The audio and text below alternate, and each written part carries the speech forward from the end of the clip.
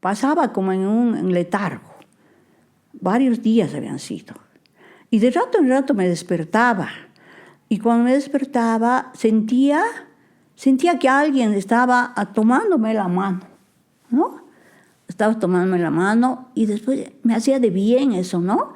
Que alguien así me tomaba la mano suavemente, me volvía a dormir tranquila. Y era hermoso, cada vez que me despertaba estaba eso. Yo no podía ver porque estaba tapado, ¿no? Y después, ya que pasaron esos días que yo ya mejoré, que ya me incorporé, vinieron unos amigos y él, Alex, me dijo, mira esta amiga que se llamaba Elsa, esta amiga, sabes que ha sido tan buena y gentil contigo, me dijo. Ella venía todas las horas que podía de su estudio y te acompañaba y estaba a tu lado ahí mientras estabas tú enferma y mal. Y entonces yo me di cuenta que ella era la que me daba la mano, ¿no? Y ella era la rosa de cristal. Así. Bello. En un sentido fue muy bello. Esas cosas que pasan en la vida, si son tan duras y terribles, también te dan esa certeza de que la vida no es inútil, de que por algo estás y que la amistad es algo maravilloso y también la sensibilidad en las personas, ¿no? Y todo eso, ¿no? Porque también podría haber quedado ciega. Y yo decía, ¿cuánto hubiera dejado de escribir? Hubiera escrito otras cosas posiblemente, pero tantas cosas maravillosas que vi después, con solamente la mitad de mi vista he podido ver maravillas y he podido escribir esas cosas, escribirlas, así que yo bendigo la hora en que no quedé ciega, ¿no? Que ya fue una prueba enorme. Desnuda. Lengua desnuda. Lengua desnuda. Lengua desnuda. Desnuda. Matilde Casasola, yo casi no puedo creer que estoy aquí hoy día. Cuando yo hice el cruce, como tú sabes, yo estudié ópera, y cuando yo hice el cruce de la ópera a la música que hago ahora, un primo mío, yo no sabía qué cantar porque yo toda mi vida había hecho ópera, ¿no? No escribía música, no componía, no sabía nada aparte de la ópera. Entonces un primo que es un melómano de música, Javier, me dijo, tienes que cantar la música de Matilde Casasola. Yo no conocía nada de ti, yo tendría unos 35 años, imagínate. Y bueno, empecé a escucharte y él me dijo, mi favorita es Tanto te amé, ¿no? Entonces estudié un poco tu música y bueno, me enamoré locamente y sigo enamoradísima de la canción de Regreso, aparte de todas las que tienes. Pero esa para mí ha sido una canción que ha narrado mi historia de vida como la tuya, ¿no? Esto de vivir a fuerza. Me he conectado tanto con esa canción. La he cantado en todo, en folk, en jazz, en lo que sea. O sea, la he hecho de todas formas. Yo sé que a ti no te gusta eso, que te hagan tu música como la has escrito. Pero yo te digo, yo hasta el día de hoy canto esa canción y algo pasa dentro de mí que es como, me da ganas de llorar, ¿no?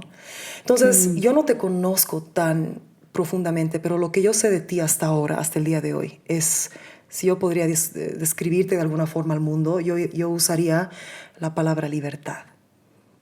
Qué lindo. Y bueno, quisiera saber si...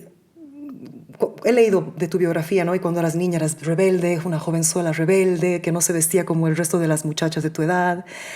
Se enamoró y después se enamoró de un titiritero y se fue a viajar y a ser como una gitana. Y decía esta biografía tuya, este libro, que tú en realidad amabas la vida, o sea, siempre querías saber cómo era una vida bohemia, libre, sin tanta constricción.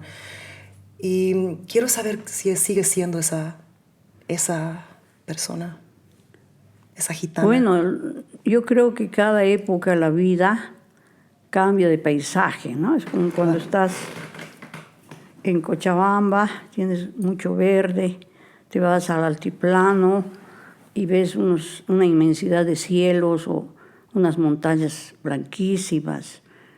O te vas pues al trópico y te hundes en las selvas húmedas y es otro paisaje. Tú sigues siendo la misma persona, pero el contorno, el entorno que te rodea influye para que tu mirada del mundo pueda variar. ¿no? Entonces, yo creo en la libertad, creo que es fundamental el sentido de la libertad para un ser humano, porque partiendo de ahí uno es sincero consigo mismo y si se equivoca también uno puede decir yo tuve la culpa y puede volver a empezar. Y teniendo ese espíritu libre también tú puedes ampliar mejor tu horizonte y ver realmente qué es lo que estás buscando, ¿no? Entonces, en esa época, cuando yo estaba empezando a vivir estaba en una ciudad pequeña, no habían los medios de conocer el mundo como tenemos ahora, que con una maquinita pues tú puedes con el celular. irte a cualquiera de los polos y además inmediatamente, ni siquiera necesitas hacer el viaje. Pero en esa otra época que yo era adolescente, el tiempo era mucho más denso,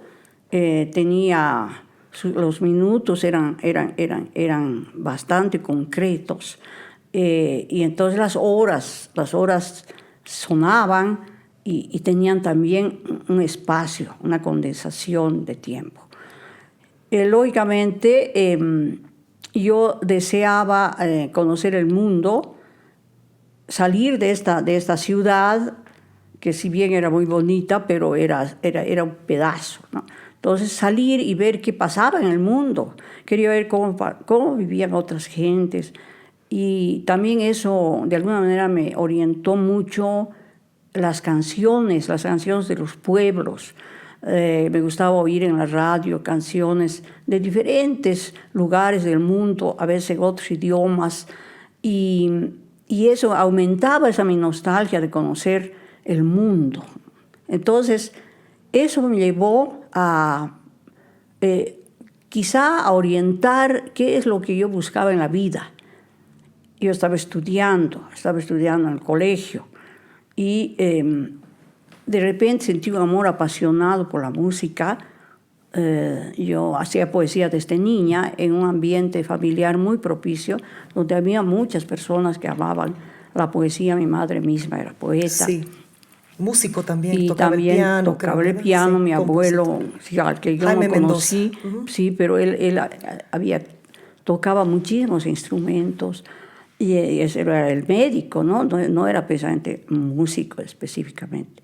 Pero entonces en ese ambiente el hacer poesía, el hacer música era algo normal, nadie se escandalizaba si, digamos, yo hubiera querido estudiar música. Entonces yo estaba en colegio y me enteré que en la escuela normal, donde enseñaban para profesores, había una sección de música. Entonces, para mí eso fue muy interesante y decidí irme. En ese tiempo se podía entrar de cuarto curso de secundaria directamente al primer curso en la normal. Y dejé el colegio y me fui a esta escuela de música y durante unos 2 años aprendí, diríamos, lo más básico en cuanto a lectura, escritura musical, si bien estaba restringido más al estudio del piano, del acordeón. No había, en ese tiempo guitarra no existía. La guitarra en ese tiempo se usaba más en la sección de kinder, de jardín de infantes, para acompañar para las canciones de niños, ¿no? Y fue en ese tiempo que yo, mientras estudiaba el piano, que siempre me gustó mucho, también descubrí la guitarra. Y me di cuenta de que con la guitarra yo podía avanzar mucho más en cuanto a conocimientos musicales, porque no necesitaba buscar un piano, no tenía piano en la casa. Tenía que ir a hacer mis lecciones alquilando un piano.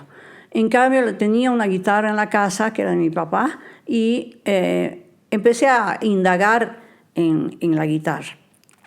Bueno, todo eso pasó en los últimos años que me hubieran correspondido de bachillerato, y al tercer año de música me di cuenta de que si seguía en la sección musical, si bien mis profesores eran grandes músicos que después se han hecho célebres, muchos de ellos, Pero el estudio está encaminado a ser profesor de música. Y yo lo que quería era hacer música, no ser profesora.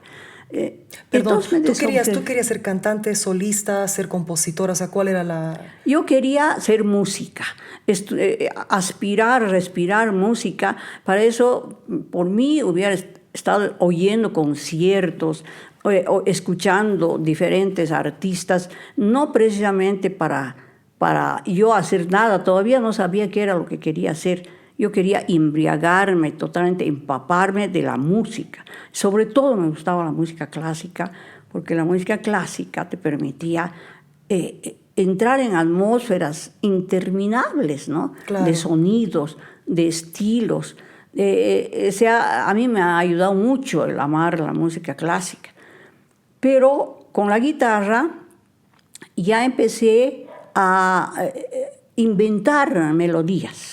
Empecé a inventar melodías y como yo hacía siempre poesía, me empezó a gustar en esas melodías que iba inventando ponerle palabras, frases, ¿no?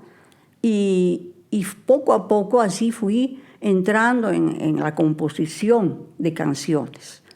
Y entonces componía una melodía y me salían unas letras medio surrealistas. Y a mí me encantaba, eso era toda una aventura. Ahí es que seguramente agarré el amor por la composición, ¿no? Yo tendría unos 15 o 16 años. Y para este momento, a tus 15, 16 años, ¿ya te vestía, o sea, ya tenías esa rebeldía de no querer ser como el resto de las niñas, de las muchachas, o fue después?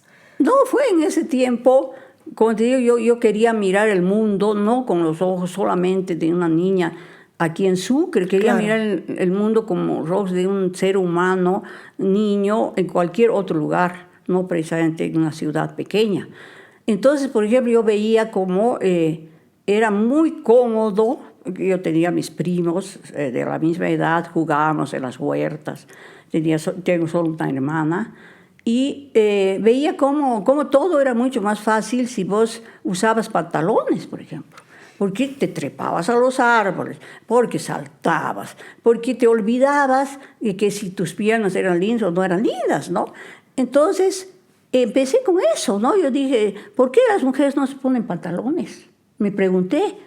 Y no eran la moda. Lo que las chicas, más bien en ese tiempo, los 15 años, pues la coquetería, mi misma hermana, que era bastante linda y coqueta, tenía unos vestidos vaporosos.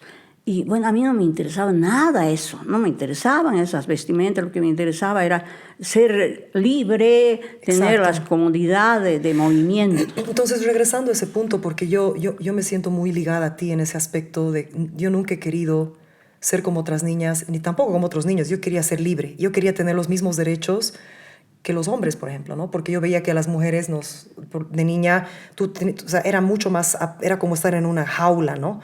Entonces, regresando a esta palabra libertad y a lo que estás mencionando, cuando viste al mundo en tus sueños y tuviste la oportunidad de irte, no lo pensaste dos veces. De hecho, fue un total escándalo en Sucre. Bueno, mira, en realidad yo no supe si es algún escándalo, pero ya, como te digo, después de los 2 años de la musical, me di cuenta de que mi camino no era ser profesora de música. Yo quería seguir estudiando música, pero a fondo. Y no había aquí un conservatorio. Entonces dije, mejor volveré al colegio. Volveré al colegio y terminaré mi bachillerato. Y cuando ya esté de bachiller, ha de ser más posible que yo pueda incursionar en otros estudios. Y me volví al colegio y terminé el bachillerato. Mientras tanto, yo iba creciendo también, iba estudiando más, iba componiendo más y terminó el bachillerato. Terminó el bachillerato y yo, con el papel que me dieron, ¿no? Con el papel. Es brillante bachiller.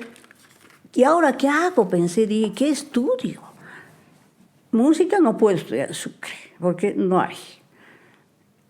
Poesía, la sé de memoria, no necesito una cátedra. Puedo estudiar nomás poesía, escribir poesía sin necesidad de entrar a la universidad. Y en ese instante, mágicamente, la vida me dio una oportunidad increíble.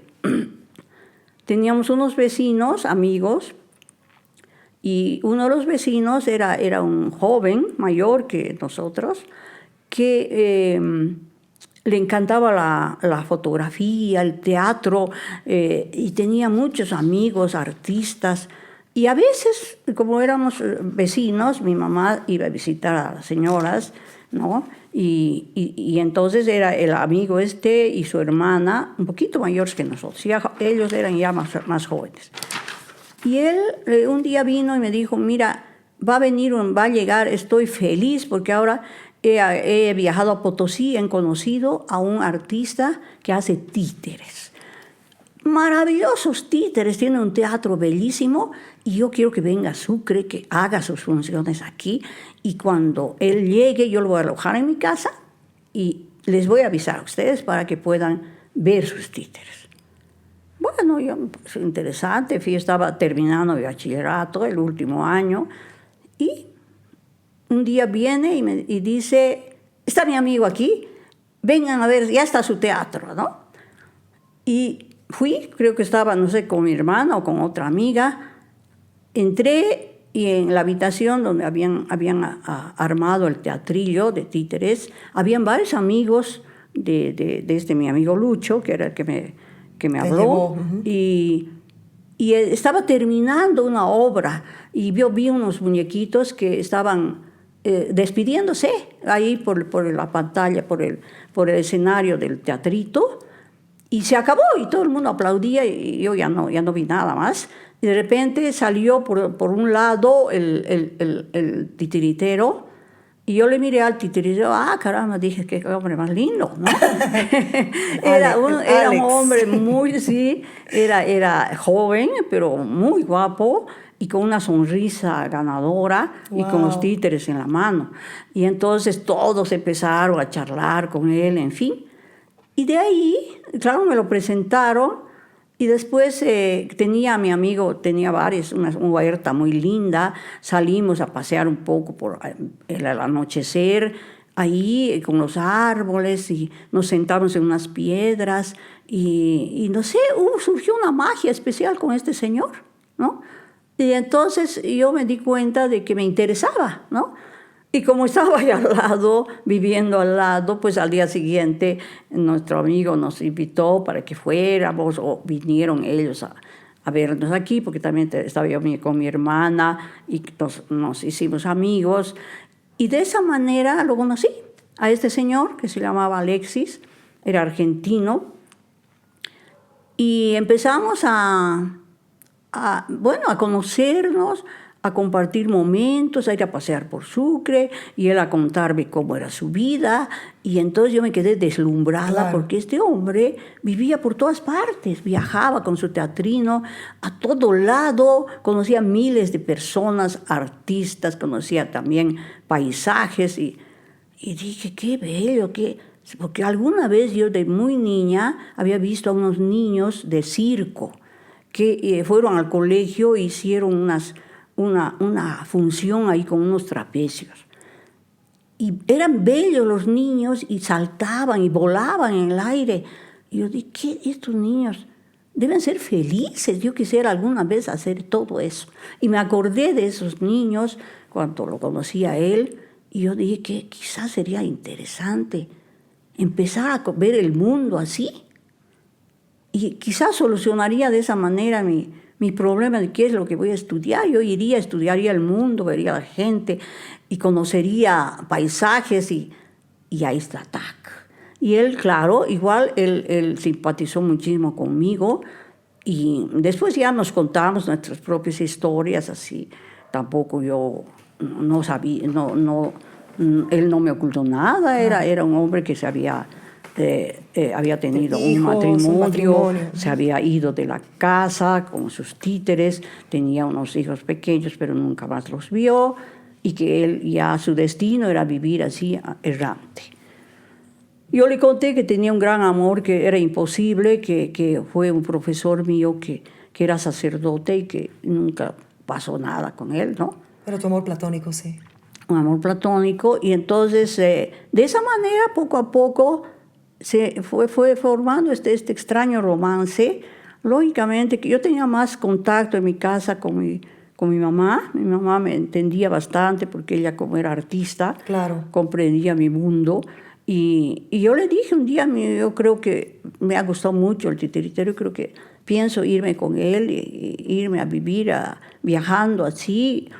Claro, fue terrible para mi mamá y para mi familia en general, porque también mi papá, ellos estaban separados, pero mi papá nos veía y lógicamente que estaban totalmente alarmados. Y en esa época más, y en Sucre, o sea, en esa época y en Sucre era como una cosa tremenda. Además, él, lo más interesante, y en ese sentido seguramente se parecía un escándalo, era que él era un hombre que parecía de unos 40 años, así como ya más maduro, alto. Yo era bajita y parecía una niña, parecía una chiquilla, una colegiala.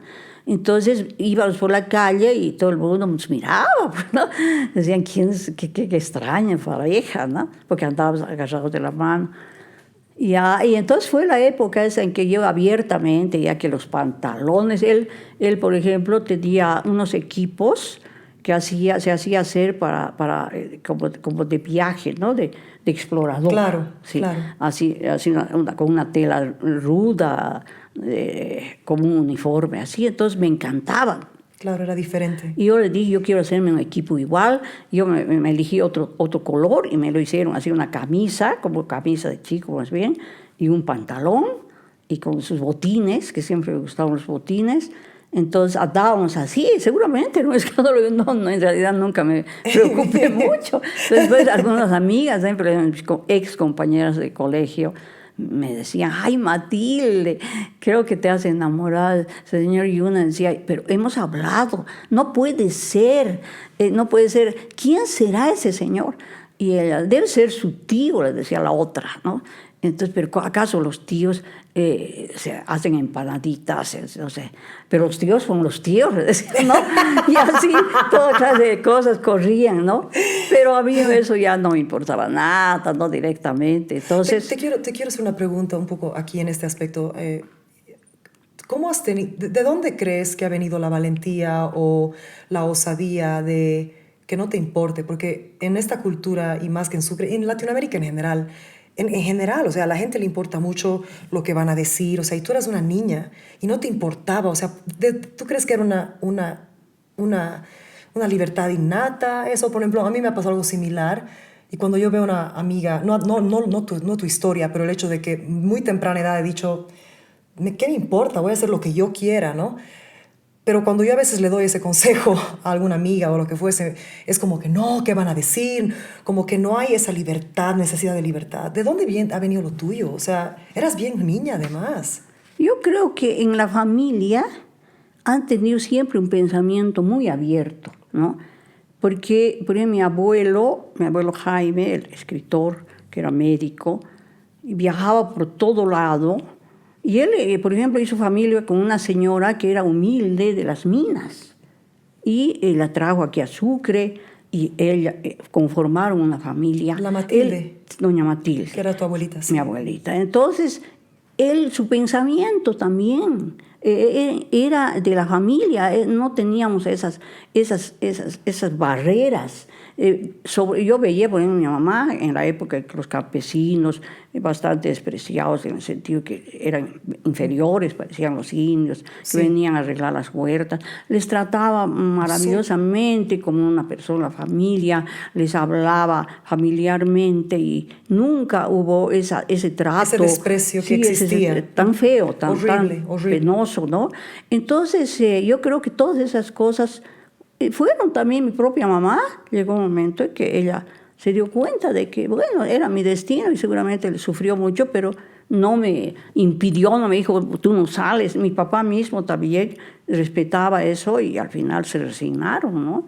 Y bueno, mi mamá así me pidió todavía que siquiera 6 meses lo piense. Y mientras tanto Alexis, que como vivía de hacer los títeres, se fue a dar toda una gira por diferentes lugares de Bolivia y me dijo, voy a estar viniendo a Sucre así.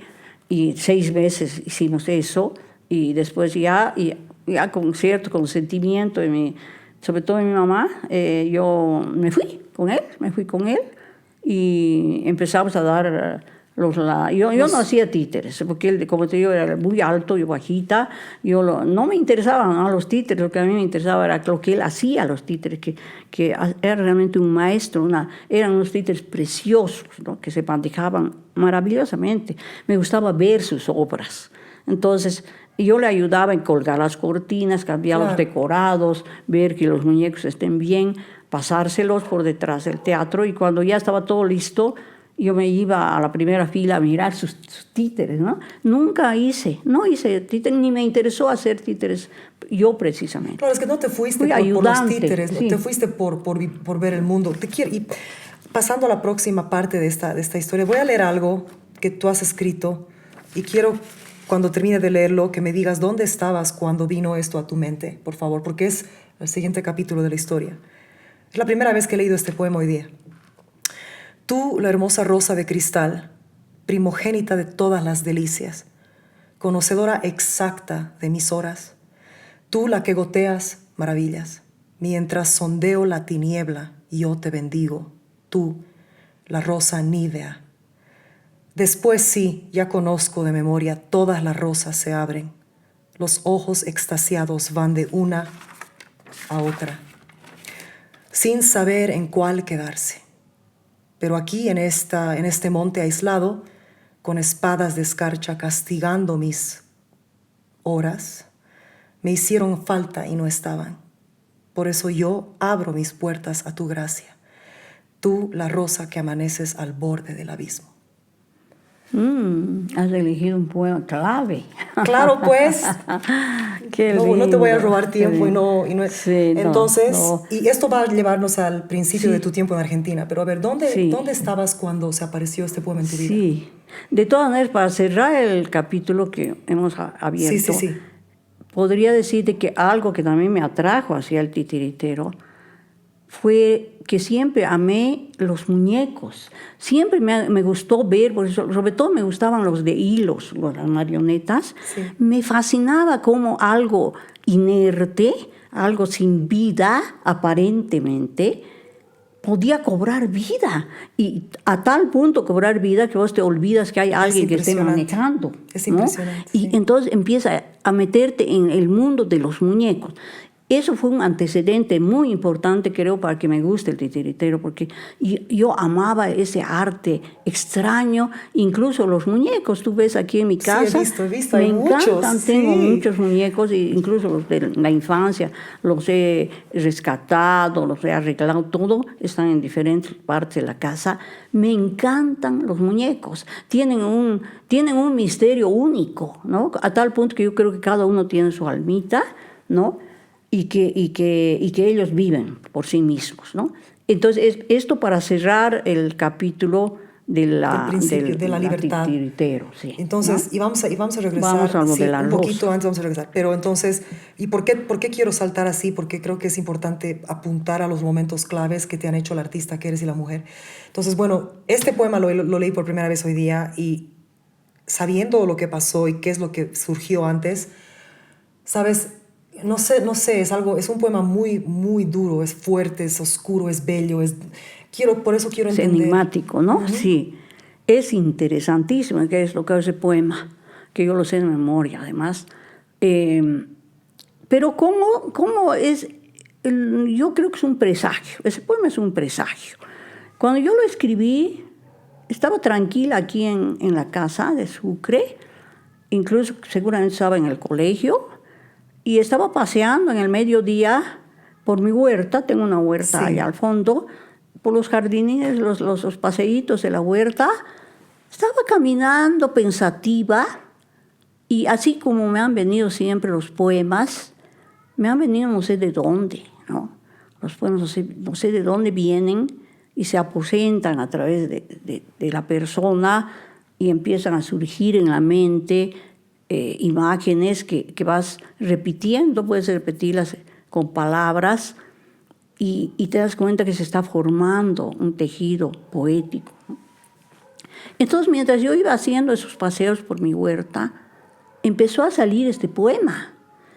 Es increíble porque no había ninguna rosa en ese momento que me hubiera inspirado o que hubiera visto una rosa y decía, esto me interesa, voy a empezar a escribir sobre esto. No, salió de mi mente lo de una rosa y se fue poco a poco incorporando toda la historia. Era una rosa sola, solitaria, que estaba frente a mí en el momento exacto.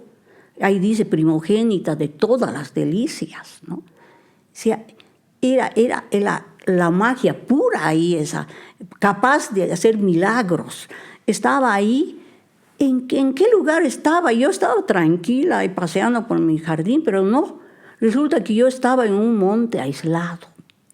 En un monte aislado donde en mis horas caía la escarcha. Estaba helada, estaba solitaria. Y en ese instante apareció la rosa, como acompañándome, asegurándome que todo iba a poder estar bien, o por lo menos podía haber un camino, y un camino de plenitud, porque después dice, ya conozco en memoria, todas las rosas se abren y los ojos extasiados van de una a otra sin saber en cuál quedarse. Hay momentos en la vida en que nos sobran las alegrías, nos sobran las buenas cosas, incluso las amistades, todas las cosas maravillosas. Son tantas que está, ¿no? Es una plenitud. Pero a veces estás en una oscuridad terrible y no están las rosas. Y ahí solamente aparece esta rosa, que amanece al borde del abismo. Me quedé impresionada yo misma porque fui elaborando todo el poema mientras caminaba por el jardín. Lo completé totalmente. Y seguramente vine aquí y escribí en algún papel todo el poema que ya estaba hecho y que además me encantó. Y entonces me pregunté y dije, ¿por qué habré escrito este poema? Mira, y seguí viviendo mi vida desde todos los días. Todavía creo que ni conocía a Alexis, posiblemente ni conocía a Alexis. Pero resulta que después, cuando nos pasó un accidente muy terrible con Alexis. Terrible, sí. Incluso al poco tiempo que salimos del país, en una forma precipitada, porque además salimos no de una forma normal. Por supuesto que alguna vez teníamos que salir a hacer los títeres por otros países, ¿no? Y sobre todo él, que era argentino. Pero en eso se presentaron los acontecimientos de nuestro país, aquí en Bolivia, unos acontecimientos que cambiaron la historia de nuestro país y de toda América, ¿no? Y apareció un hombre que ya era como legendario, que era el Che Guevara, y entonces de repente vino la noticia de que el Che Guevara estaba en Bolivia y que estaba armando una guerrilla. Y entonces, bueno, empezó a crecer una especie de temor, de expectativa de saber qué estaba pasando. Y nosotros habíamos estado haciendo unos viajes por Monteagudo, me acuerdo, y volvimos, en ese tiempo volvimos a Sucre. Aquí tranquilos, llegamos a la casa, creo que la víspera habíamos llegado, estábamos cansados del viaje. Y de repente tocan la puerta de calle y salgo a abrir, creo que yo, y era un señor uniformado, que dice, estamos buscando al señor Alexis Antigues, que así se llamaba Alexis, y es necesario que el señor se presente en alguna de las instalaciones de la policía, porque es necesario que brinde unas declaraciones. Pero esto no va a ser más de 2 horas, no se preocupe, que entonces apareció Alexis y entonces fue con el policía y pasaron las 2 horas y yo me empecé a preocupar porque no volvía. Entonces busqué a un amigo nuestro común, que era gente de teatro, para que me acompañe a saber qué pasaba, ¿no? ¿Por qué no volvía Alexis? Llegamos a la policía y ahí entonces yo digo, está aquí un señor que tenían que hacer la declaración y me dicen, sí, este señor argentino sabe que él, hemos tenido órdenes de que tiene que salir del país en 48 horas. No sabíamos qué pensar y como yo era la esposa de él, entonces me hicieron entrar a donde estaba en una habitación incomunicado. Y entonces fue pues violentamente esas cosas que dice César Vallejo, ¿no es cierto? Que de repente hay unos golpes en la vida que tú sabes qué hacer. Bueno, fue así. Y yo cuando salí de ahí dije, ¿qué va a pasar? ¿Se lo van a llevar? Claro, me lo van a matar. ¿Y quién sabe qué le pueda pasar? Porque entonces todo era incierto, todo, para todos en Bolivia. Claro. Y así, en medio de todas esas horas de incertidumbre, aquí yo me acuerdo que estaba esta habitación, antes eran unos dormitorios, y estaba mi abuelita, que ya era mayor, estaba, me acuerdo, en una cama. Y mi mamá y todo el mundo desesperado, ¿qué pasaba? Cuando así, de repente, así mi mente se iluminó y yo dije, no, lo que yo tengo que hacer es viajar con él. No me van a impedir porque soy su mujer y me voy a ir con él. Entonces vine aquí y hablé con mi familia y les dije, yo he decidido irme con Alexis porque no se va a ir solo, yo no podría estar tranquila de saber qué puede pasarle y he decidido irme. Fue otra cosa terrible en la casa. Esto fue pero después de que ya viajaste con él. Ya habíamos viajado por muchas partes de Bolivia, todavía no habíamos salido afuera. Ya. Sí, Okay. pero ya habíamos pues así ya. Claro, nosotros llegamos a casarnos en el 64. En Bolivia. En Bolivia. Y esto pasó el 67. Y todos esos años, los 3 años estaban prácticamente viajando. a mediados del 64, nos fuimos, nos casamos. Y después me fui con él por varias partes de Bolivia. Hizo talleres, hizo funciones, esos años, ¿no? Claro. 65, 66 y 67 ya estábamos casi terminando el 67 cuando pasó esto. Y entonces, pues ya ellos sabían que yo estaba con él, ya se habían resignado todo eso, pero el hecho de que yo me fuera sin saber cómo nos iba a ir, no, pues fue una angustia espantosa, pero yo ya lo decidí y no me arrepiento absolutamente. Y entonces fui con este amigo tan bueno a la policía y les dije, yo voy a viajar con él. Más bien no pusieron, porque me dijeron, contra usted no hay nada, es contra él porque él es argentino. Entonces, y compramos los pasajes, nos fuimos en un tren, ¿no? Que salía de aquí hasta la Argentina, así salía, iba por muchas partes del país hasta bajar hasta Villazón, ¿no? En el tren. Uh-huh.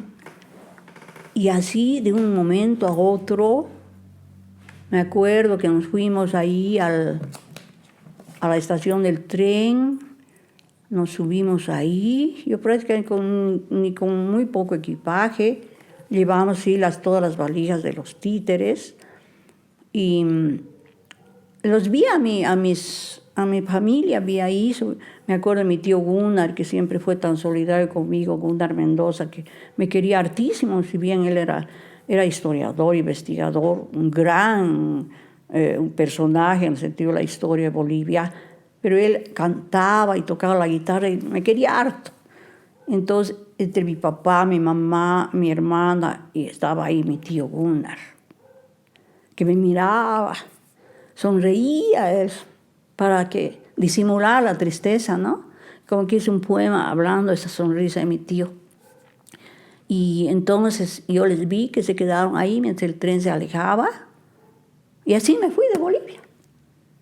Y yo me autoexilié realmente, ¿no? Porque a los 2 días, como lógicamente lo tenían que entregar a las autoridades argentinas, después pasamos en Villazón, también lo apresaron y fue terrible porque yo me desesperé y había tenido unos amigos de un viaje anterior que había hecho yo a Argentina por otros motivos y tenía unos amigos en Villazón que me habían conocido, y esos amigos buenísimos me ayudaron, incluso me prestaron un colchón para que yo pueda llevar ahí a la cárcel en Villazón para que él pase una mejor noche ahí. O sea, fueron cosas así que nunca hubiéramos imaginado que nos pasaran, y de golpe pasaron todo, y salimos así de Bolivia, salimos prácticamente como hojas temblando, ¿no? Sin ninguna seguridad de nada. Y después de ahí empezamos a ver cómo planificamos la cuestión de viajar, de hacerlo, seguir haciendo los trabajos. Y encontró él unos contactos para poder hacer unas funciones en la provincia de Buenos Aires. Viajamos a Buenos Aires y tomó los contactos, y a los pocos días ya arregló, porque allá estaban muy bien organizados los municipios. Él viajaba, él allá en Argentina se movía mucho más fácilmente porque todo era muy organizado. Entonces, digamos, ir a una población tal día, hacía un acuerdo, un arreglo, le pagaban, y él iba y hacía su función de títeres, estaba un día, de ahí se pasaba a otro lugar. Así claro. Era, todo muy organizado. Y más fácil de llegar, habían buenos caminos entre las poblaciones y todo eso. Entonces, consiguió una función que iba a ser bastante interesante, porque era un parque de Buenos Aires, el Gran Buenos Aires. Iba a ser ahí en la zona de Avellaneda, y iban a ir al día siguiente, iba a haber una reunión, creo, algo así, de muchos artistas de cine, ¿no? Que entre esos me acuerdo que dijeron que iba a estar Libertad Labarque. Wow. Y le pidieron a él que hiciera un espectáculo de títeres en uno de los jardines del parque. Y entonces nosotros fuimos esa tarde a ver el parque, a conocer, para ver en qué lugar íbamos a poner el teatro. Pero como te digo yo, hay esa cuestión en las personas, ¿no? Los presagios, como es este poema que te cuento. Esa mañana estábamos en un hotel, y me acuerdo que tuve unas pesadillas que me hicieron saltar de la cama. Ese día, justamente esa mañana. Me salté de la cama y desperté de golpe al amanecer, y Alexis se alarmó. Me dijo, ¿qué ha pasado? Y yo estaba llorando. Le dije, tenía unos sueños horribles. Soñé con mis papás, mal, muy mal. Y, por ejemplo, vi a mi papá, que eran además unos sueños abstractos, que estaba mi papá en una pared, veía yo su imagen, a él le gustaba mucho usar unos impermeables, ¿no? Estaba con su impermeable así, mirando un punto fijo, y alrededor de él habían una serie de lucecitas, como cuando uno sale del sol y va hasta la sombra, y empiezan, toda la oscuridad, muchas luces. Así era, así lo vi a mi papá, y me dio pánico. Y de mi mamá, no sé cómo fue el sueño de mi mamá, pero mi mamá había muerto. Así, fue un sueño fatal, que yo tardé mucho en recuperar, despertar. Claro, aceptar que es la realidad y el sueño. Y después con la Alex empezamos todo, ya pasó. Pero fue ese día, fue esa madrugada. Después fuimos en la noche todos tranquilos a ver el lugar, unos hermosos bosques ahí. Y estábamos ahí viendo un claro ahí donde pensábamos, ahí puede entrar el teatro. Y era un bosque que tenía iluminaciones, porque era enorme.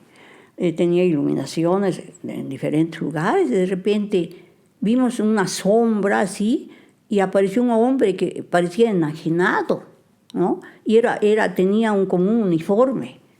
El hombre. Oficial, sí, un oficial. Y entonces él vino y con una voz áspera nos increpó, y nos dijo, ¿qué están haciendo aquí? ¿Quiénes son? Y Alexis pues, le dijo, bueno, nosotros somos artistas, tenemos que actuar aquí.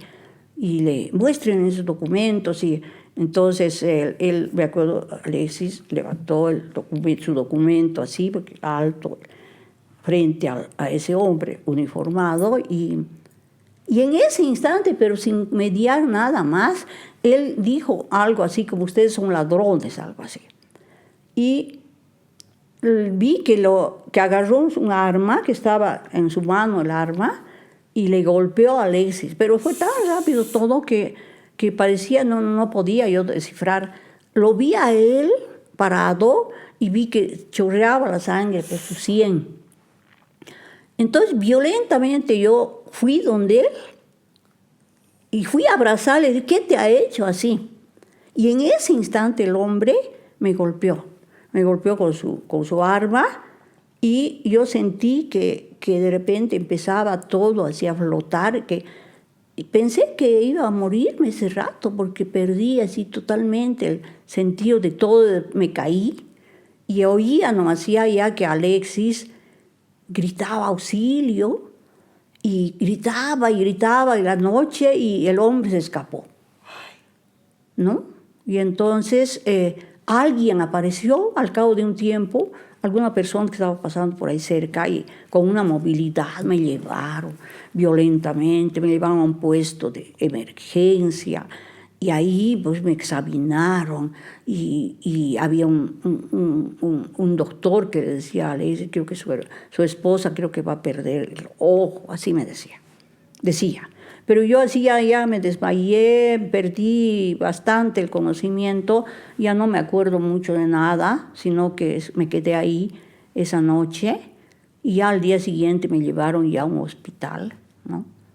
Y además ahí se enteraron otras personas que eran relacionadas, amigos, que teníamos direcciones y empezaron a colaborarnos, ¿no? Pero fue una cosa tan violenta, tan rápida. Inesperada. Sí, ¿no? Que así después de eso ya varios días tuve que permanecer en ese hospital.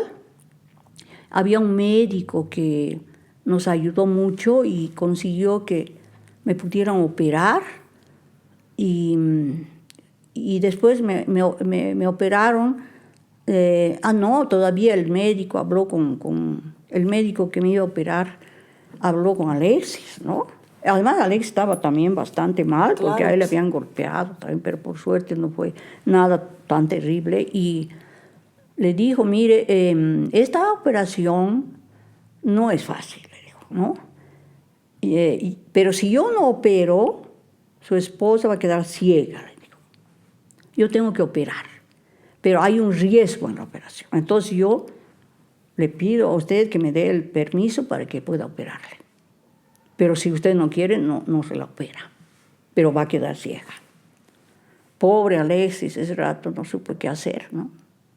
Y yo tampoco no podía ayudar mucho porque estaba medio en la luna. Y al final aceptó que me opere. Y me operaron y también me acuerdo que me decía el doctor, mientras me operaba, porque era anestesia local, ¿no? Yo estaba sí, no había perdido el conocimiento total. Me decía usted, ve ahora, ve, no veo nada. Y entonces el doctor seguramente había cortado el nervio óptico, perdí para siempre la visión de mi ojo izquierdo y perdí en ese sentido pues todo un futuro que seguramente yo me había imaginado de poder las actuaciones, de poder estar en los escenarios, de todo. Además podría haber sido fatal en el sentido de que hubiera un derrumbamiento, una depresión grande, de no querer hacer nunca más nada, ¿no? Y en ese sentido creo que tuve fuerzas y también tuvimos personas que nos apoyaron, siempre los amigos hermosos. Y en el tiempo que yo estaba en ese hospital con mis ojos vendados, antes de que me operen, yo veía, yo no pasaba como en un letargo. Varios días habían sido. Y de rato en rato me despertaba. Y cuando me despertaba sentía que alguien estaba tomándome la mano, ¿no? estaba tomándome la mano y después me hacía de bien eso, ¿no? Que alguien así me tomaba la mano suavemente, me volvía a dormir tranquila. Y era hermoso, cada vez que me despertaba estaba eso, yo no podía ver porque estaba tapado, ¿no? Y después, ya que pasaron esos días que yo ya mejoré, que ya me incorporé, vinieron unos amigos y él, Alexis, me dijo, mira esta amiga que se llamaba Elsa, esta amiga, cada vez que ha sido tan buena y gentil contigo, me dijo, ella venía todas las horas que podía de su estudio y te acompañaba y estaba a tu lado ahí mientras estabas tú enferma y mal. Y entonces yo me di cuenta que ella era la que me daba la mano, ¿no? Y ella era la rosa de cristal. Así. Bello. En un sentido fue muy bello. Esas cosas que pasan en la vida, si son tan duras y terribles, también te dan esa certeza de que la vida no es inútil, de que por algo estás y que la amistad es algo maravilloso y también la sensibilidad en las personas, ¿no? Y todo eso, ¿no? Porque también podría haber quedado ciega y yo decía, ¿cuánto hubiera dejado de escribir? Hubiera escrito otras cosas posiblemente, pero tantas cosas maravillosas que vi después, con solamente la mitad de mi vista he podido ver maravillas y he podido escribir esas cosas, escribirlas, así que yo bendigo la hora en que no quedé ciega, ¿no? ¿No? Que ya fue una prueba enorme. Esa fue pues toda esa historia de la rosa de cristal. Y por eso la escogí. Gracias por contar la historia. Esta historia obviamente no la escuché de ti, pero la primera vez que supe de este atraco fue cuando presentaste un libro en Cochabamba hace unos, 2013, 2014. Hiciste una presentación en Simón y Patiño y yo justo estaba en Bolivia viajando. ¿Estuviste en la presentación? Estuve en la presentación porque yo quería conocerte, o sea, ya conocía tu música, estaba loca por conocerte y me enteré que estabas en Cocha. Y sabes, tú hablaste de este atraco, pero nunca a este nivel, ¿no? Y sabes, Claro, y siempre tuve la curiosidad de hablarte al respecto, porque una cosa así, un ser humano tan sensible, un artista, te marca para siempre. O sea, claro, marca tu arte, marca tu humanidad, marca tu relación con el mundo. Entonces, obviamente va a marcar tu obra. Claro que sí. Entonces, después de esa situación en Buenos Aires, bueno, en Argentina, te pasaste unos años en Argentina y, bueno, acabó la relación con Alexis. Claro, pasamos varios años todavía. Esto pasó fin del 67, apenas salidos prácticamente de Bolivia.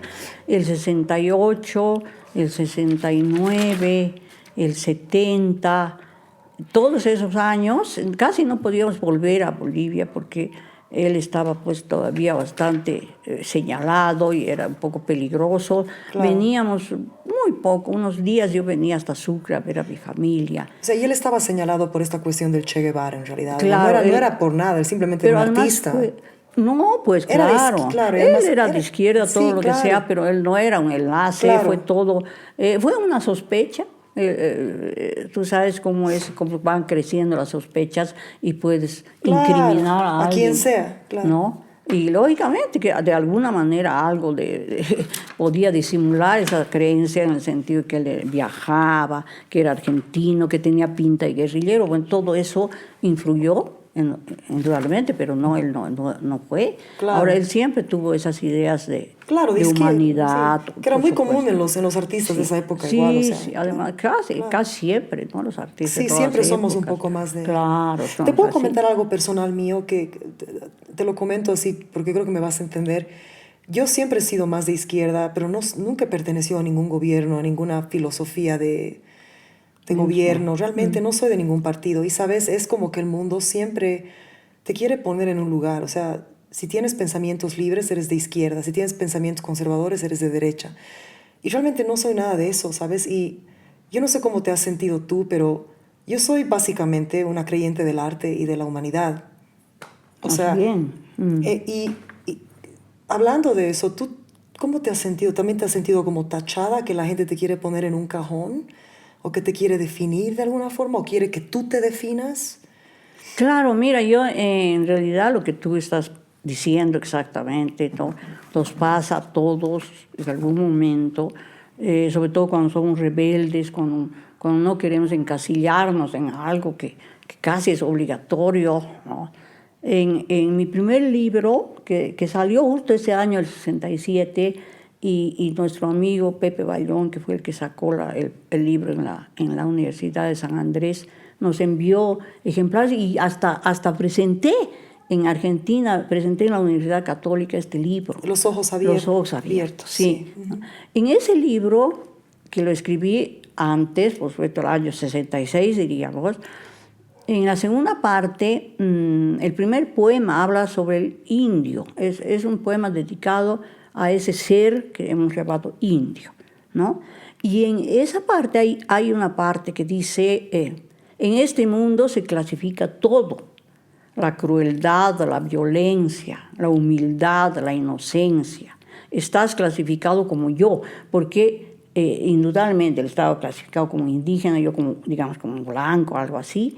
Yo le veía a ese indígena que estaba apoyado en un banco de la plaza de Sucre, pero que parecía que estaba soñando en sus mundos, seguramente de su paisaje, de su pueblo, ¿no? de su lugar, pero estaba con toda la indumentaria indígena.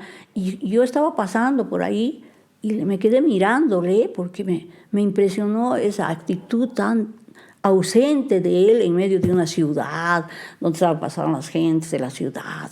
Y de todo eso cuento en ese poema, ¿no? Y entonces ahí le digo a él, estás clasificado como yo, ¿no?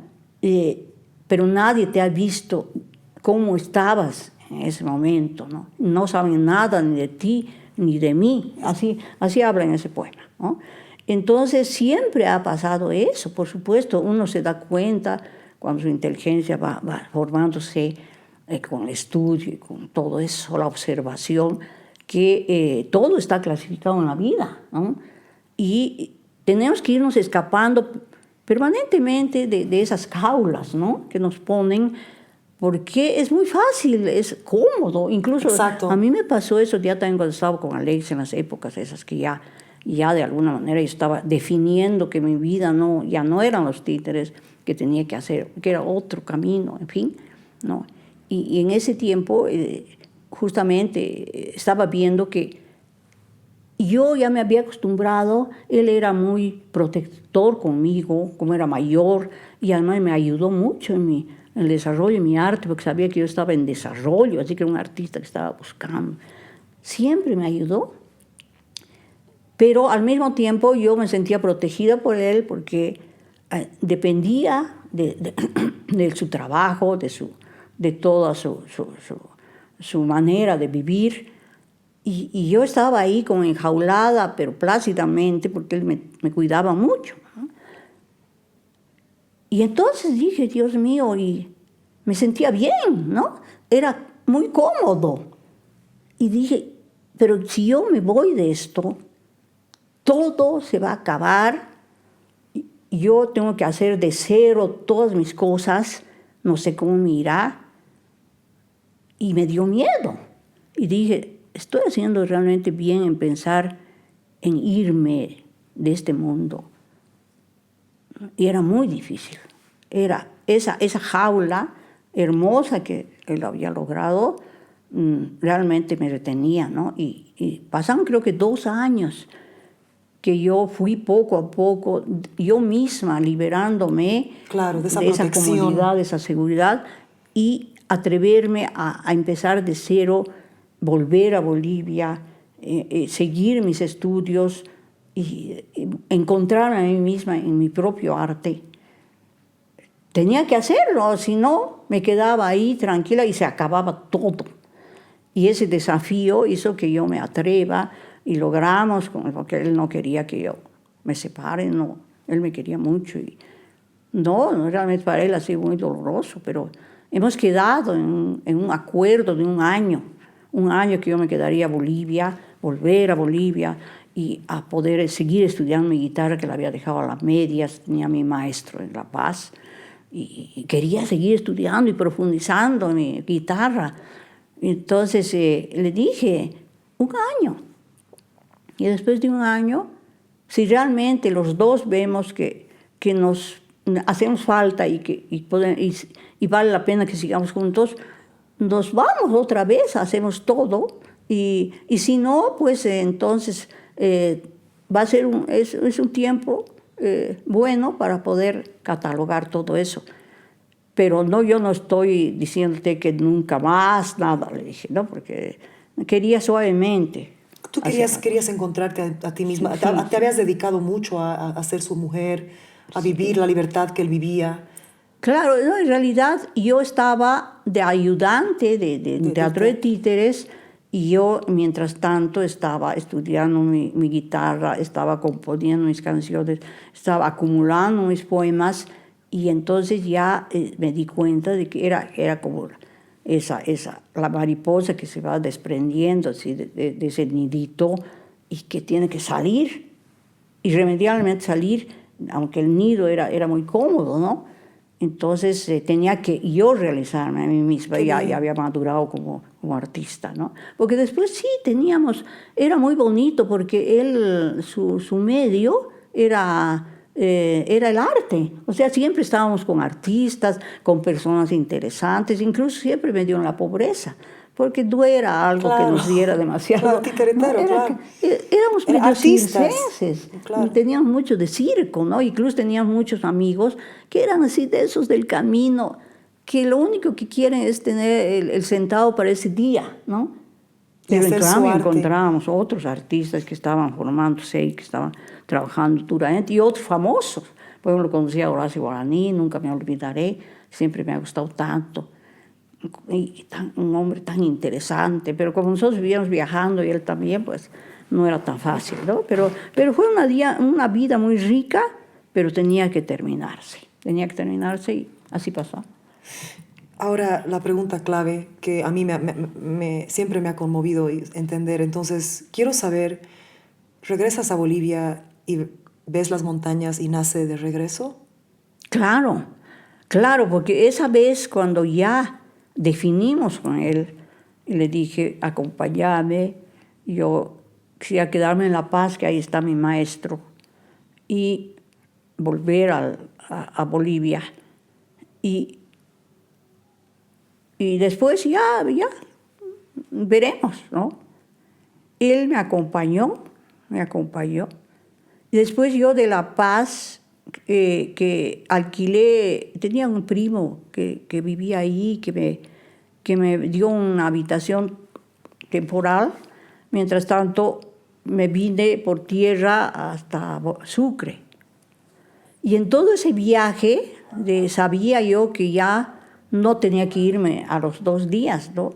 Ya podía quedarme en Bolivia. Y empecé así a respirar pues ampliamente, a recuperar el paisaje, recuperar todo eso que es el país, pero con una ansiedad, con una emoción terrible, ¿no? Y mientras veía esas montañas que vas atravesando en el tren, que te salen como rostros pétreos ahí, y estás incursionando, entrando en el paisaje. Ahí es que nació esa canción, pues emocionadísimamente, ¿no? Y hablaba de las montañas. Amo, las hierbas, es mi favorita. Yo creo que y de verdad no puedo ni hablar de esa canción y me emociono porque cuenta tanto. Has tanto. sentido mucho. Sí, igual. ¿sabes qué pasa? Que es tanto lo que yo he sentido tantos años de estar lejos de mi tierra y además de no ser aceptada realmente. O sea, a mí mi tierra me ama, pero siempre he sido la gringa, ¿no? La persona que vive afuera, cuando en realidad mi corazón es extremadamente boliviano, ¿no? Y creo que mi parte favorita de la canción es la segunda parte. Bueno, primero lo de las hierbas, con qué hierbas me cautivas, que me he enterado que has sido bien amante de las plantas de tu casa, amante del olor, la fragancia. del olor, de la fragancia de las plantas. Qué cosa, Y una de las cosas que dices en esa hermosa canción que ya no sé ni cómo cantarla, no sé ya si hacerle una orquesta sinfónica, porque la he hecho, te juro, de toda forma, lo he hecho sin Qué ritmo, lindo. con ritmo. Es que estoy enamorada, es una canción que realmente, o sea, me ha atrapado, me ha hecho lo que Bolivia ha hecho contigo en esa canción. Con qué hierba me cautivas, dulce tierra boliviana, ¿no? Pero mi parte favorita, parte del coro, de con qué hierba me cautivas, es... desde lejos yo regreso a tus piedras trabajadas por titanes ignorados, Qué cobija. que cobija la altipampa. Desde lejos como el viento yo regreso, traigo nombres de otras patrias, pero busco en tu infinito las raíces de mi... Sí. Es Es que da sentido exactamente lo ¿sabes mismo. qué? O sea, ¿no? es Porque eso. además has regresado. Y ahora que he estado viviendo en Bolivia un año, mira, la gente ama Fueguito, la del Fueguito, aman tanto te amé. Hay varias canciones, ¿no? Que a la gente ama. Y para mí esa es mi canción, o sea. Y aún ahora viajo a Bolivia. Yo soy amante de viajar, como tu abuelo. Yo quiero conocer del norte a sur, del este al oeste de mi país. He leído bastante de tu abuelo también. Qué lindo. Y a pesar de que tú no lo has conocido, No. mi abuelo, yo sí lo conocí a mi abuelo, y mi abuelo ha sido una figura así, ha sido una estrella en mi niñez, y muy similar al tuyo. Yo quiero conocer mi país de punta a punta, y estos años que he estado lejos, cuando regreso a Bolivia, realmente viajo hasta donde no puedo llegar. Quiero Qué conocer lindo. todo lugar. Entonces, esa canción es tremendamente fuerte para mí, y aún ahora que he vivido aquí un año, igual veo una montaña y me cautiva de sobremanera, y esa canción es como mira, me encanta como lo que tú dices, es un presagio. Es una canción que es pasado, presente, futuro. Amo la letra, amo la música. Y has regresado, ¿no? Y Que es lo hermoso. exacto. Claro, has cumplido la Exacto. misión de la canción, ¿no? Porque has sentido todo eso, porque ya has decidido quedarte más tiempo, por lo menos, ¿no? No, sí, he decidido tierra. moverme acá. Sí. Sí, y ¿sabes qué? Sin el apoyo de muchas personas, porque mi carrera está forjada en Nueva York, y hasta músicos me decían, ¿estás loca? ¿Cómo te vas a ir ahora? O sea, justo ahora está... Y algo me decía, ¿no? El ajayo, el alma, el corazón, hasta la misma tierra que está dentro de ti. Es tiempo de regresar. O sea, es tiempo, Sí. ¿no? Hay tiempo para cada cosa. Y tiene que ser ahí, ¿no? En ese momento. Y entonces, cuando tú estabas en este tren o viajando, ¿no? Y escribiste este poema, ¿cuánto tiempo te tomó de regreso? Yo creo que me tomó, pues, poquísimo. Porque al mismo tiempo que estaba exaltada con el paisaje, con la emoción de sentir que ya podía quedarme, no tenía que irme ese rato otra vez. Entonces fueron saliendo las estrofas así, describiendo un poco lo que es el paisaje boliviano también, ¿no? Y esos seres tan sacrificados como Sí, pueden los ser mineros. los mineros, ¿no? Y por ejemplo, cuando cantó Zulma Yugar, me acuerdo de esta canción, Sí. fue una de las primeras que cantó, me gustó mucho porque ella vio otra visión, porque la poesía tiene eso, ¿no? Te sugiere algo, pero no te está diciendo, es así, ¿no? Entonces cada uno con esas palabras se imagina su propio paisaje, su propia visión de las cosas. Y ella, por ejemplo, interpretó que esa parte de los titanes ignorados que cobija la altipampa era el Tiahuanaco, las ruinas, que eran titanes, claro. Entonces esos seres así de piedra que hasta ahora son enigma, Sí. ¿no? O Incallacta o lo que fuese. Todas sí. esas ruinas de la civilización que alguna vez fue aquí, ella interpretó así esos titanes. Y entonces me parece hermoso, porque Bolivia pues tiene una tan increíblemente puedes verla de tantos lados que siempre te da más cosas, más cosas. Es todo, como tú dices, por descubrir, es cuestión de viajar, de adentrarte. Y qué mejor que el artista, y qué mejor que el que canta, ¿no?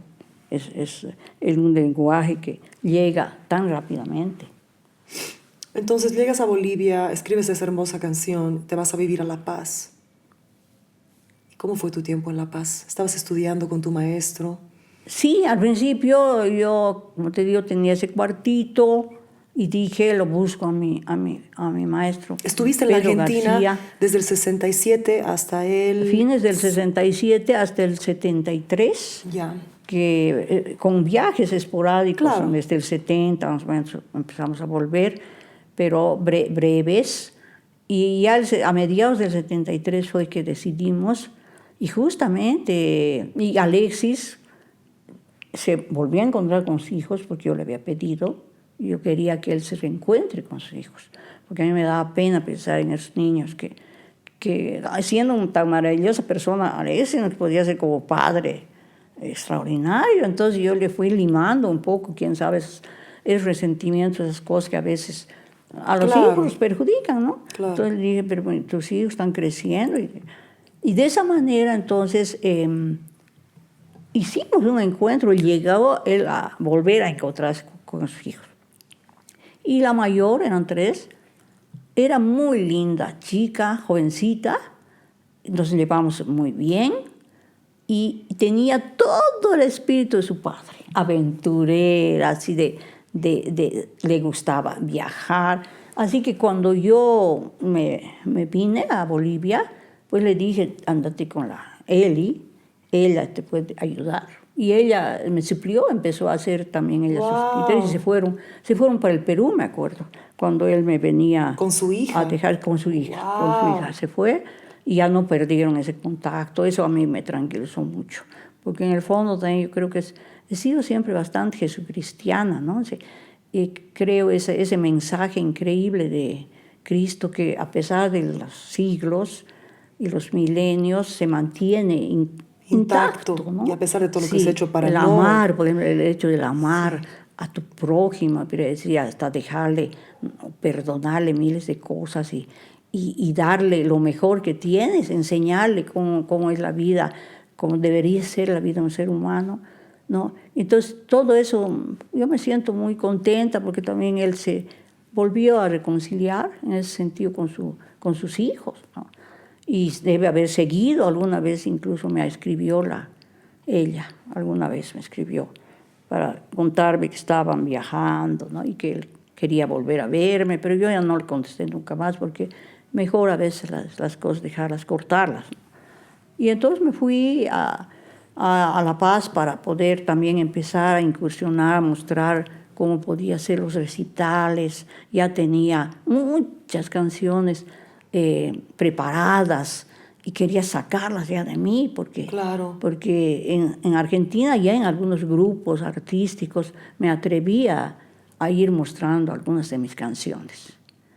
Y como Argentina ha sido un país tan pródigo en la canción poética, sí. Recuerdo que lo que más les gustaba de las cosas que yo tocaba y cantaba eran las canciones poéticas, eran las que más les gustaban más que las folclóricas. ¿No? Porque claro, además ellos con folclore tienen tantas cosas hermosas, ¿no? Sí. Yupanqui, Falú, Cafrune, unas bellezas increíbles, ¿no? Entonces, en cambio, esas otras, por ejemplo, las que hablaba del mar, otra visión de las cosas, les llamaba profundamente la atención, como que posiblemente también ahí podría yo haber, si no era esa necesidad que tenía de volver también a mis raíces, ¿no? Y a mi propia familia, y quedarme en Bolivia por lo menos un buen tiempo, también allá siempre ha habido un lugar propicio, ¿no? Gente muy sensible. Los últimos recitales que hicimos con Alexis, yo le fui planteando, le dije, mira, a mí me gustaría que en una parte de tus títeres, porque hacía títeres para adultos con unos argumentos más complicados, ¿no? Como para la gente mayor y que gustaban mucho. Entonces, en medio en un intervalo de esas actuaciones para mayores, a mí me gustaría decir unos poemas ahí al medio, unos de mis poemas, o cantar alguna canción. Y ya él fue un poco aceptando, pero a él le empezó a costar porque había personas que les empezaba a gustar lo que yo hacía, claro. Y terminábamos la función, claro. Y algunos venían a hablarme a mí, ¿no? Entonces empezó ese otro... El celo de artista. Sí, el que era celo natural, artista. ¿no? Era natural, porque siempre fue así. Yo era un ayudante ahí. Entonces todo eso también influyó para que la cosa tuviera que cambiar, ¿no? Pero fue bonito, muy bonito. Por ejemplo, tenía una canción que nunca la he grabado, porque he tenido toda una serie de canciones tengo que se llama de caminantes. Al final nunca las he podido grabar. Son como unas 8 de esas también inspiradas en esa vida errante, ¿no? Y la primera de esas se llama Distancia, ¿no? Y es poética, ¿no? Podría tener una reminiscencia lejana de chacarera, así en ritmo, pero es prácticamente poética. Y entonces ahí habla de la distancia, ¿no? Muy lejos tus ojos sueñan paisajes de verdes y extraños países remotos. Y yo soy un punto perdido en el fondo del paisaje que tú a lo lejos miras. Algo así, ya no me acuerdo la letra. Entonces yo cantaba esa canción Distancia, que tiene así unas contestaciones en la guitarra muy interesantes, ¿no? Y esa canté, me acuerdo. Sí, soy un punto perdido en el fondo del cielo que miras cada tarde. ¿A dónde vamos en barcos de tiempo? Tal vez un día te hallaré de nuevo. Esa bello, distancia. Qué sí. bello. Y la música muy dolorosa es tu poesía, es romántica. Nostálgica, ¿no? Ay, llena de nostalgia. Pero especialmente las de amor, eso quiero llegar también. Tu historia con el amor, con el ser del... sí, sí. ¿Sabes qué?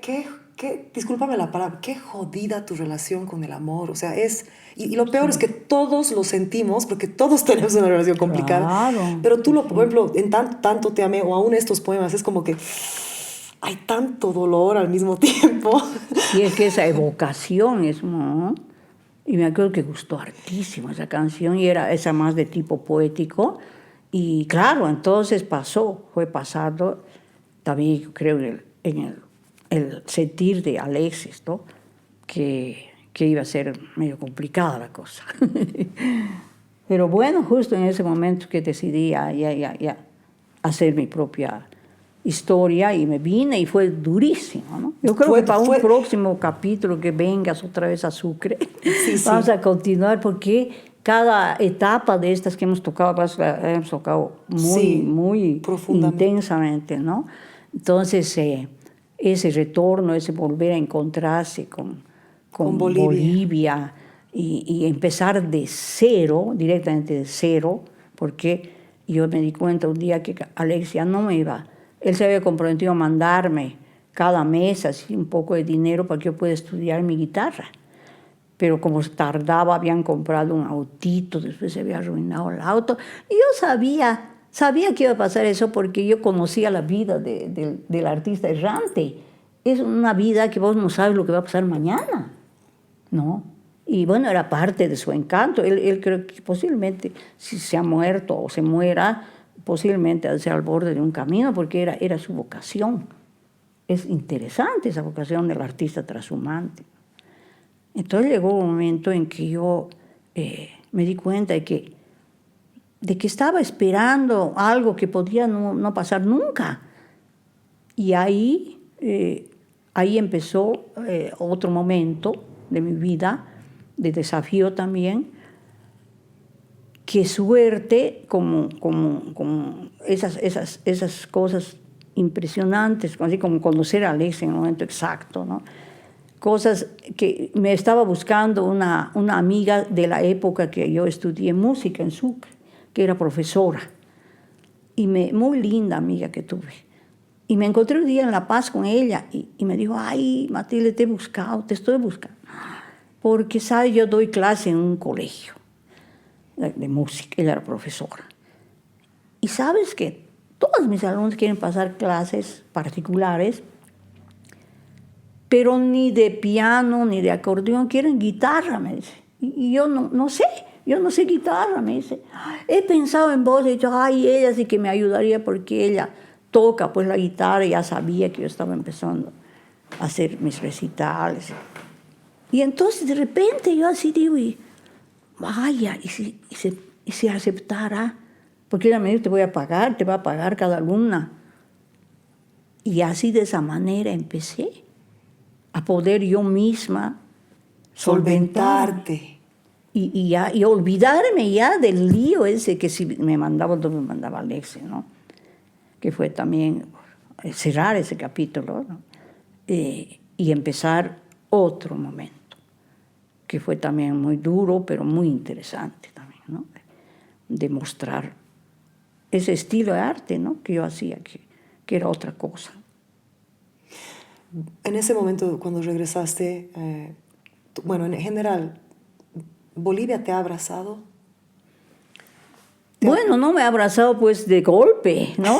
Te has tenido que hacer querer. Me ha abrazado de persona en persona, porque efectivamente yo noté que en el público que yo iba formando, así en cada recital, primero conseguir auspicio está difícil, porque era una cosa así que nadie entendía lo que yo hacía, ¿no? No era folclore, no era clásico, era poesía cantada, que no entendían. Y entonces los de folclore les parecía yo una extravagante. Y los de la música lírica y todo eso decían, es muy folclórica, ¿no? Claro. Entonces fue difícil todo eso, pero en esos primeros recitales yo noté que había un público ferviente que estaba esperando una cosa así. Eran poquitos, pero esos poquitos fueron un apoyo. Por eso yo, en cada uno de esos, indudablemente Bolivia me abrazó, pues. Me empezó a abrazar. Porque así entonces yo me di cuenta que no estaba cantando en el vacío tampoco. Estaba abriendo un camino. Y abrir Claro. el camino... Nunca es sí. lo que alguien, claro. Por supuesto, no es tan fácil. Siempre va a haber resistencia. Y el machismo, ¿has tenido experiencia? Yo te pregunto esto porque yo he tenido mucha experiencia con mucho machismo y he sabido manejarlo. Es una industria de hombres, Matilde. El arte todavía también. O sea, si bien el ballet quizás es más una industria de mujeres, o un poco la ópera, digamos, el resto es siempre un poco más guiado por hombres. Y... Bueno, digamos. A ver, dime. Digamos en el sentido de que tenía que ser de hombres todo hasta esta época en que Claro, la mujer ahora se está mostrando todas las capacidades y demás, porque ya es la tradición. O sea, vos sabes que cuando hay una tradición, todo el mundo la acepta. Es decir, tenemos que ponernos de blanco así en el nacimiento, ¿no? Así te traen las ajuares y todo, porque así tiene que nacer la guagua. Y lógicamente, ¿qué se va a llamar? Bueno, que se llama como el abuelo, ¿no es cierto? Es decir, o sea, seguimos tradiciones. Entonces, ¿qué era la tradición? Pues que el hombre maneje todo. la mayor parte, pero tampoco, ¿no? Porque, Giancarla, porque el hombre también ha tenido que hacer el papel de machito. No creo que todos los hombres estaban dispuestos a hacer todo lo que les obligaban a hacer a ellos, como decirles, tú eres el hombre, ¿no es cierto? Es verdad. Y los pobres tenían que cumplir su papel, quizá a veces contra todo lo que pensaban. Y como te digo, en familias, por ejemplo, como la mía, eso ha sido muy suave, porque los hombres respetaban mucho, se daban cuenta que las mujeres tenían la misma capacidad que ellos para estudiar, para cantar y para todo, todo. Entonces también influye mucho el medio. Yo, por ejemplo, nunca me he dado cuenta de muchas cosas en mi vida y me han servido bastante. Que soy bajita, digamos, que puede ser, puede ser algo que te desfavorece, en el sentido de que no cumples con los cánones, más o menos. O sea, bajita de estatura. De estatura. Yeah. Nunca me he hecho problema, ¿no? Después, otra cosa que, por ejemplo, el hecho de ser zurda, nunca me ha hecho problema. A no ser una vez una monjita que me dijo, tienes que hacer con otra mano porque es del diablo. Así, todo, y claro, es que fuiste a colegio de monjas, ¿verdad? Sí, pero no todas eran iguales, pero esa era así. Claro. Y bueno, mi mamá fue ahí, que le diría que nunca más me hizo problema. Izquierda es del diablo. Así decían pues en esa época. Sí, los zurdos son gente extremadamente inteligente. Claro, no, pero y por algo dicen, ¿no es cierto? Dios está sentado, Jesús, a la derecha del Padre. Claro. O sea, hasta en la cuestión esa, lo diestro, yo entiendo, es la mayoría. Claro, es la cultura además. No, y además la mayoría, yo no sé por qué, pues será que la parte derecha es la que predomina, y por eso cuando una persona llega a ser zurda, pues es algo raro, ¿no? E incluso le pueden hacer la vida imposible, porque yo conozco de amigos que me han contado que les obligaron a escribir con la derecha y les tenían que así atar su Qué mano. terrible, Dios mío. Y que les hizo mucho daño psicológicamente. Yo no tuve esas, por suerte a mí no me pasó eso, porque también mi mamá era tan, como te digo, así, de armas a llevar, y ella se enteró y se fue, y ¿qué le diría? El caso es que nunca me hice problema con la mano izquierda, a veces, hasta ahora, ni me doy cuenta, creo que los cubiertos se ponen de otra manera, no sé, yo pongo a mi manera cuando yo tengo que poner la mesa, no me hago problema. Eso es bien importante.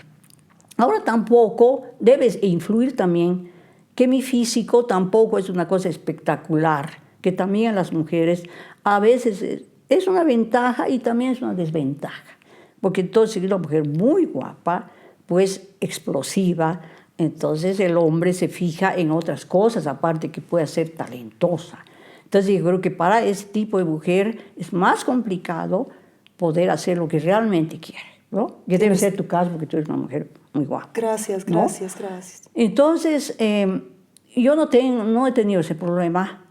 Y, por ejemplo, ¿cómo usaba yo? Primero que tuve que vencer el problema de tener que usar siempre lentes. Claro, después del ataque. Después de eso, pero aparte incluso por el problema de que no veía mi vista no era una maravilla, pero después para protegerme. Y de por sí es un impedimento, no es tan directo cuando hablas en un escenario, porque la mirada es algo pues único, ¿no? Es una cosa, Claro. Esa es una privación que a mí me ha costado mucho y creo que cada día en mi vida me cuesta aceptarla, ¿no?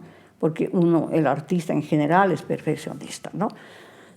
Esa es otra cosa que yo he vencido y he tenido que vencerla a la fuerza, no tenía Claro. otra opción, ¿no? Si no te ibas a amargar y listo. Claro, Y ahí no ya- hacer nada. Claro. Entonces, ay, que cómo voy a entrar así. Y entonces al final, ¿cómo hacía?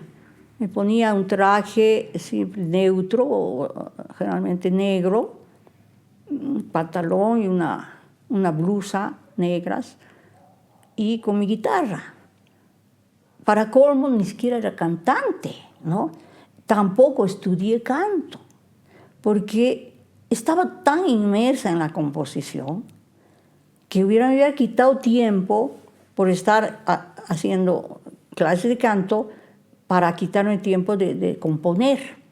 Además, el hecho de hablar, mi estilo diríamos que tiene que ver mucho con narrar, con hablar la poesía. Entonces, si estudias demasiado canto, te preocupas de que la voz es otro instrumento, que tiene que lucir igual que si tocas un piano, una guitarra.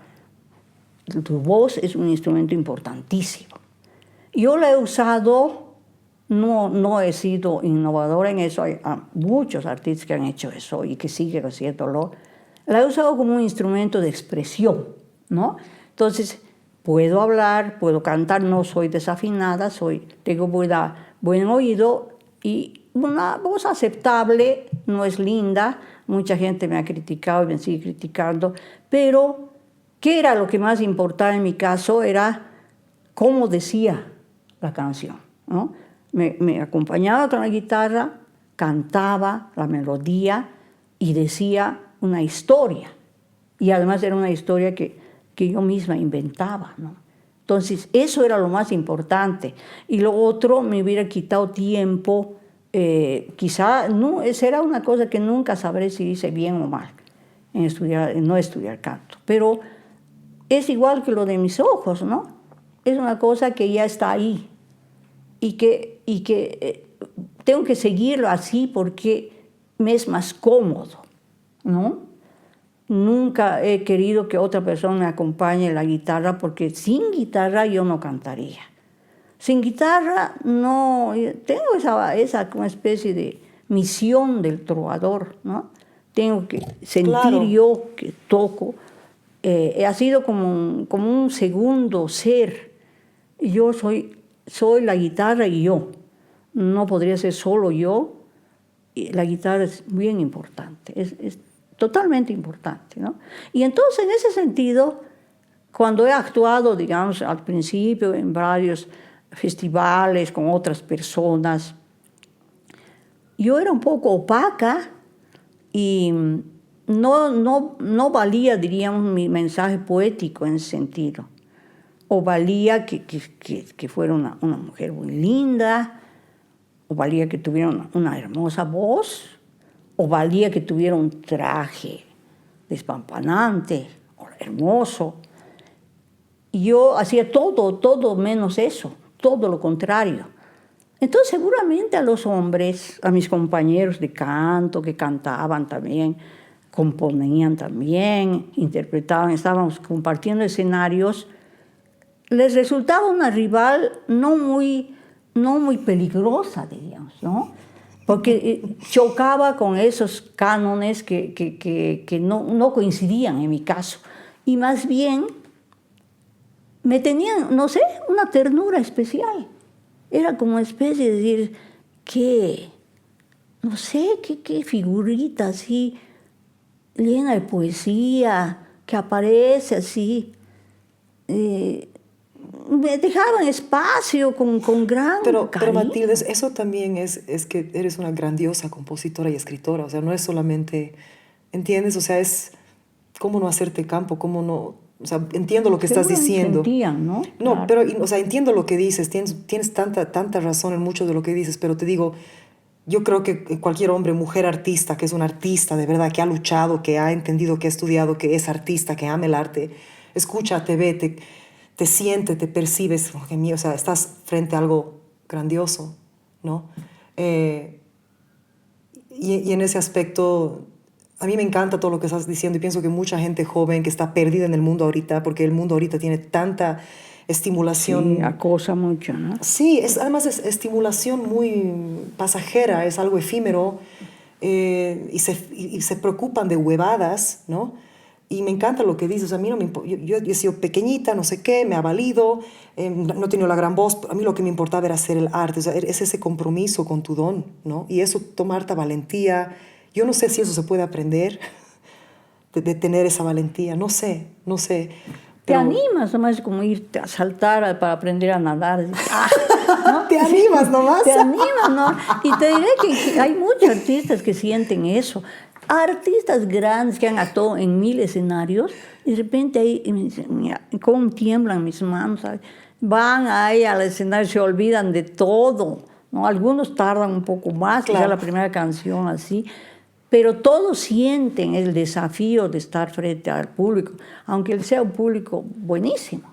Es un desafío. Es terrible. Cada vez que actúas es un entregarte que al final lo haces porque sientes que puedes hacerlo, pero es un desafío. Nunca puedes saber exactamente si te va a salir del todo bien. Esperas que todo salga bien y por eso estudias también. Te preparas. Lógicamente te preparas, no vas a ir a hacer absurdos, ¿no? Muestras lo que puedes aportar, lo que les puedes enriquecer a cada uno de ellos con lo tuyo, con tu arte. Esa es la misión del artista, es dura. Es dura. Sí. Sé que estamos ya a punto de acabar, no quiero robarte más tiempo y quiero hacerte una ultimita pregunta. Has tenido mucho amor, te has enamorado, pero Dios mío, profundamente, eres muy abierta de tu vida, del amor, de tus relaciones amorosas. De hecho, creo que hasta tus relaciones amorosas han sido un poco como un mapa para tu vida. ¿Has tenido un gran amor? ¿Y quién sería? Mira, en realidad siempre uno tiene uno más, digamos, que está como en primer plano. Pero después creo que cada amor te ha aportado, has descubierto rostros del amor en cada persona que has amado, que la otra persona pues tenía de otra clase, ¿no? Entonces es un descubrimiento, al mismo tiempo es una entrega siempre, el amor no es solamente ven aquí, ¿no? Sino yo estoy también aquí, o sea, es un recibir y un dar, y a veces ni siquiera es recibir nada, porque los amores platónicos que son los más durables, porque son de un solo lado, ¿no es cierto? Por lo menos tienes esa impresión, entonces duran más y es solamente de una parte, pero tiene su gran encanto, porque es como todo, como cuando estás alejándote de un lugar, empiezas a tener ya la nostalgia de ese lugar, que estás queriendo volver a ese lugar, ¿no? Y entonces esos amores te dan esa fuerza de lo que no está alcanzable, o quizá tú misma no quieres alcanzarlo para que sea más brillante. Cada uno tiene una luz. Yo agradezco mucho esa capacidad de amor que siempre he tenido, porque cada uno se da una luz. Mira que justo ayer, cosa milagrosa, me acordé de una canción. Yo me acuerdo de todas mis canciones, aunque no las cante, de todas las innumerables que he hecho. Algunas sé que están medio olvidadas, sé que tengo que recomponerlas, pero están ahí. Pero esta, ayer de repente me acordé de una que me la había olvidado. Absolutamente sabía que se trataba de una ventana, sabía el tema, era una ventana. Y me acordé a propósito de una amiga que me llamó y me habló de este señor que me inspiró esa canción, que era un amor de, diríamos, y cuando recién volví a Bolivia, ¿no? O sea, yo tendría pues, unos 30 años cuando volví a Bolivia, ¿no? Y estaba en esa etapa, digamos, de 30 a 40 años, de una sensación de libertad también, ¿no? Porque, claro, después porque de estar yo, casada después de con tanto tiempo con el amigo, ¿no? Y entre esas personas que conocí a un joven que me impactó. Y en realidad yo con esos impactos he tenido un poco de terquedad, ¿no? Porque al final vos no sabes por qué. A veces tienes toda la razón del mundo, tienes, como Alexis, por ejemplo, una persona que tenía 1000 facetas interesantes y de cualquiera de esas facetas podías haberte prendado, ¿no? Pero a veces te impactas con alguien que solo vos sabes por qué te ha gustado, ¿no? Sí, después piensas, ¿qué ha pasado? ¿Qué ha pasado? ¿Qué tenía? Me ha pasado varias veces. ¿No es cierto? Pasa. Son equivocaciones bellas, pero al fin equivocaciones. Químicas. ¿Vale? Y entonces este era un amigo de unas amigas, ¿no? Y el caso es que me impactó. Y entonces me enamoré seguramente. Mis enamoros tampoco duran generalmente mucho. ¡Qué atrevida! Sí, no duran mucho. Y el problema es que los amores son tan ingenuos que creen que si uno se enamora de ellos, ellos están perdiendo todo su futuro, si vale la pena o no. Entonces dicen, no, pero ¿para qué me voy a meter si al final no voy a durar mucho con esa persona, ¿no es cierto? Entonces no se dan cuenta que los artistas nos enamoramos de un brillo podemos enamorarnos, ¿no? Esa canción, El lucero, tu pecho, quizás has oído, que lo que me inspiró fue el brillo de un papelito de plata que tenía un muñequito y que le dio el sol. Y yo estaba muy triste en ese momento y a través de eso hice esa canción de Lucero, tu pecho, ¿no? El artista se puede enamorar de un brillo, ¿no? Sí. Y entonces, lógicamente, pues te enamoras de unos y otros. Unos duran más, otros duran menos. Unos te pueden enamorarse ellos también. Y después te das cuenta de que puede ser muy tarde si no te vas, ¿no? Bueno, por lo menos en mi caso, mi misión, me di cuenta clarísimo que yo estaba destinada al arte. Eso sí lo he tenido siempre muy claro. Yo también, ¿no? Desde muy niña. Sí. Y entonces el resto viene, va, puede quedarse un tiempo o irse. Pero yo sí seguiré con el arte. Eso es lo único seguro que tengo. Después lo demás puede ser maravilloso, vivir un tiempo muy hermoso con una persona también, ¿no?